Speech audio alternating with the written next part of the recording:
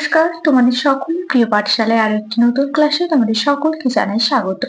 আজকে তোমাদের সাথে আলোচনা করব তৃতীয় পর্যায়ক্রমিক মূল্যায়ন 2024 দ্বিতীয় শ্রেণীর সমস্যা সমাধানের সক্ষমতার কিছু গুরুত্বপূর্ণ প্রশ্ন উত্তর। তোমাদের এবারে ফাইনাল এক্সাম হবে 30 নম্বরের, আর সময় থাকবে 1 ঘন্টা। এটা তোমাদের সমস্যা সমাধানের সক্ষমতা সেট নাম্বার 3 কিছু ইম্পর্টেন্ট কোয়েশ্চেন অ্যান্সার। আর ক্লাসগুলিতে আমি তোমাদের সমস্যা সমাধানের সক্ষমতা সেট 1 এবং সেট 2 করিয়ে দিয়েছি, তাহলে এটা দেখে নাও। প্রথমে আছে যোগ ও বিয়োগ করো। তোমরা সবাই যোগ বিয়োগ করতে জানো, তাহলে দেখো আমি তোমাদের যোগটা করে দেখাচ্ছি। 8 আর 2 যোগ করলে কত হবে? 10। 10 এর 0 হাতে রইল 1। 7 আর 1 কত হয়? 8। 8 থেকে 4 যোগ করলে কত হবে? 12। 12 2 হাতে রইল 1। 5 আর 1 যোগ করলে কত হয়? 6। 6 আর 3 কত হয়? 9। তারপর দেখো একটি বিয়োগ দেওয়া আছে, বিয়োগটা কিভাবে করব? দেখো 93 আর 46, 6 থেকে 3টা কত ধরতে হবে? 13। তাহলে 6 থেকে 13 কত ঘর যাবে? 6 এর পর 7, 8, 9, 10, 11, 12, 13, 7 ঘর। হাতে রইল 1। এখানে যদি 1 বসাই বা এটা যদি কেটে 1 কমিয়ে যদি এখানে 8 লিখি, 4 থেকে 8 বিয়োগ করলে কত হবে? 4। 4 এর পর 5, 6, 7, 8। এইভাবে তোমাদের বিয়োগটা করতে হবে। তারপরে দুইটা কি বলেছে দেখো, সঠিক উত্তরে টিক চিহ্ন দাও। এটি 4টি প্রশ্ন আছে, 1 নম্বর করে, মোট 4 নম্বর। আচ্ছা তোমাদের প্রথমটা বলে দিই, 2টি প্রশ্ন ছিল, 2 নম্বর করে, 4 নম্বর ছিল। আর 2 এর দাগেরটা 4টে প্রশ্ন আছে, 1 নম্বর করে, মোট 4 নম্বর আছে। 10:30 বলতে বোঝায় 9টা 30 মিনিট, 10টা না 10টা 30 মিনিট? 10:30 বলতে বোঝায় 10টা 30 মিনিট। 7 যোগ 7 যোগ 7 যোগ 7, কটা 7 আছে? 5টা 7 আছে। এর মান 7 গুণ 4, 7 গুণ 6 না 7 গুণ 5? কটা 7 আছে? 1 2 3 4 5, 5টা 7 আছে, তাহলে কি হবে? 7 গুণ 5 হবে। তারপরে গয়েরটা বলছে 3 যোগ 5 যোগ ড্যাশ সমান 12। 5 আর 3 যোগ করলে কত হবে? 8। 8 এর সাথে কত যোগ করলে 12 হবে? 8 এর সাথে 4 যোগ করলে 12 হবে। 8 এর পর 9, 10, 11, 12, 4 যোগ করলে, তাহলে 4 কোথায় আছে? এখানে আছে, এখানেও লিখে দিলাম। তারপরটা বলেছি 84 সংখ্যাটিতে 8 এর স্থানীয় মান। 84, 80 না 8? দেখো 8টা দশকের ঘরে আছে, একক আর দশক, তাহলে স্থানীয় মান আমরা কিভাবে পাবো? দেখো এটা যদি ভেঙে লেখা হয় কত হবে? 80 যোগ 4 হচ্ছে, তাহলে স্থানীয় মান কত হয়ে যাবে? 80। তারপর তিনটা বলেছি শূন্যস্থান পূরণ করো। দেখো 4টি আছে, 1 নম্বর করে আছে, মোট 4 নম্বর আছে। এরকম অঙ্ক আমি তোমাদের আগেও দেখিয়ে দিয়েছি, আজও দেখিয়ে দিচ্ছি, দেখে নাও। কি লেখা আছে? 18। তাহলে 18 সংখ্যাটিকে আমাদের যোগ বিয়োগ গুণ ভাগ করে পেতে হবে 18 সংখ্যাটিকে। কতর সাথে কত যোগ করলে 18 হবে? দেখো 10 এর সাথে যদি 8 যোগ করি 18 হবে, 9 এর সাথে 9 যোগ করলে 18 হবে, 12 এর সাথে 6 যোগ করলে 18 হবে। এইভাবে তোমাদের যোগটা করতে হবে।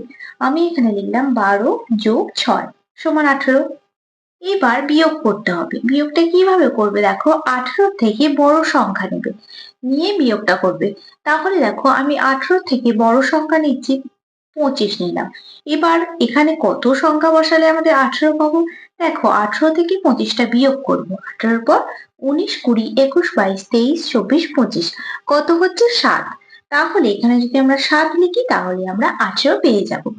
25 বিয়োগ 7, যদি 25 থেকে 7 যদি বাদ দাও, তাহলে আমরা 18 পেয়ে যাব। এরপর বলছে ভাগ। 18 সাথে আমরা 2, 3, 4, 5, 6 এগুলো গুণ করব। গুণ করে যেটা পাবো, যেটার সাথে আমরা গুণ করব সেই সংখ্যাটা দিয়ে আমরা ভাগ করব। যদি এখানে 2 দিয়ে গুণ করা হয়, 18 দুগুণে কত হয়? 36। তাহলে কত দিয়ে গুণ করলাম? 2 দিয়ে, তাহলে এখানে লিখবো 36 ভাগ 2। 36 ভাগ 2 করলে তাহলে আমরা পাবো 18। এরপর আছে গুণ।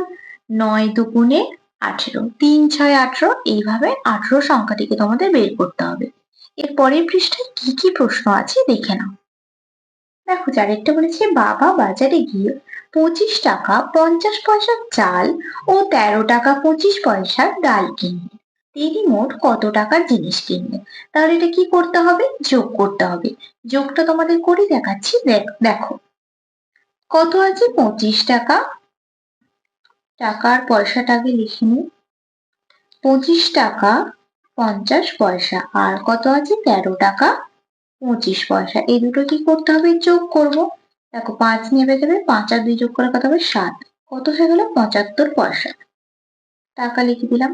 5 আর 3 যোগ করলে কত হবে? 8। 5 × 6 7 8।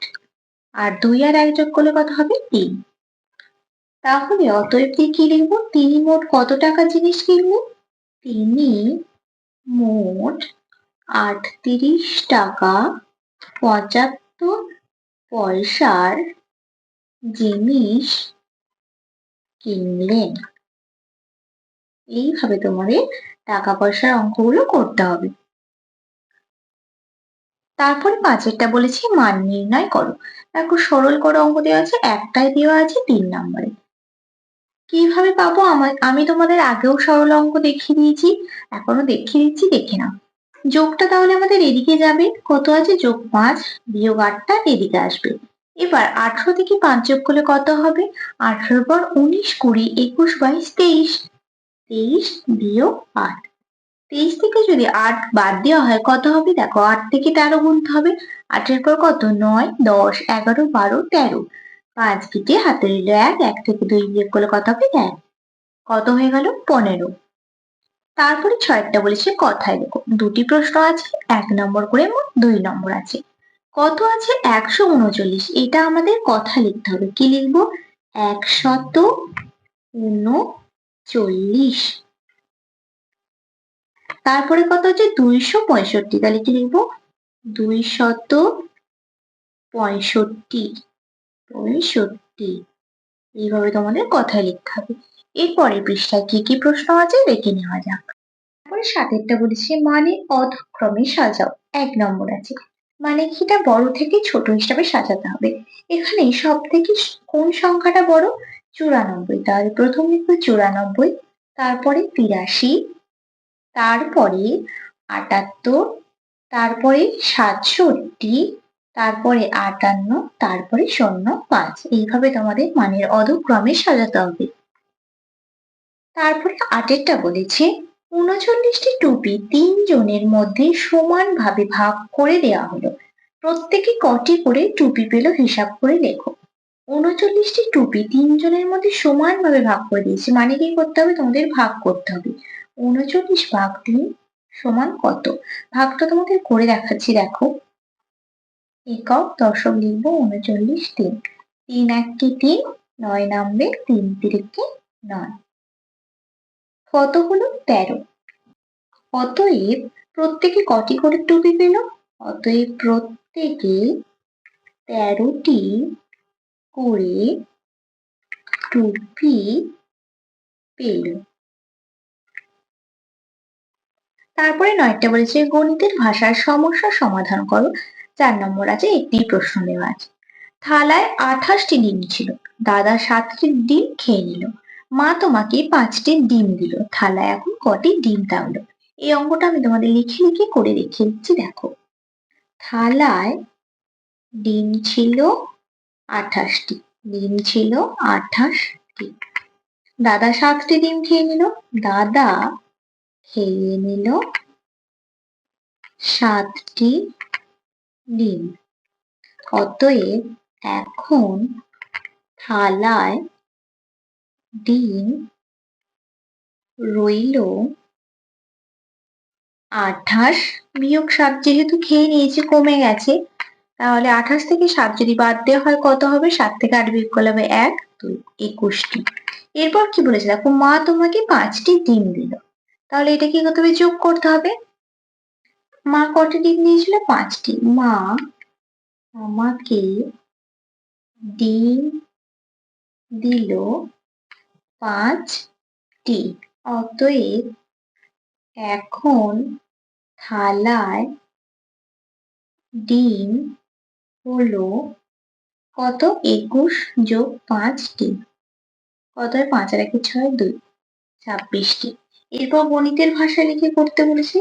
গণিতের ভাষায় সমাধান করে পাই।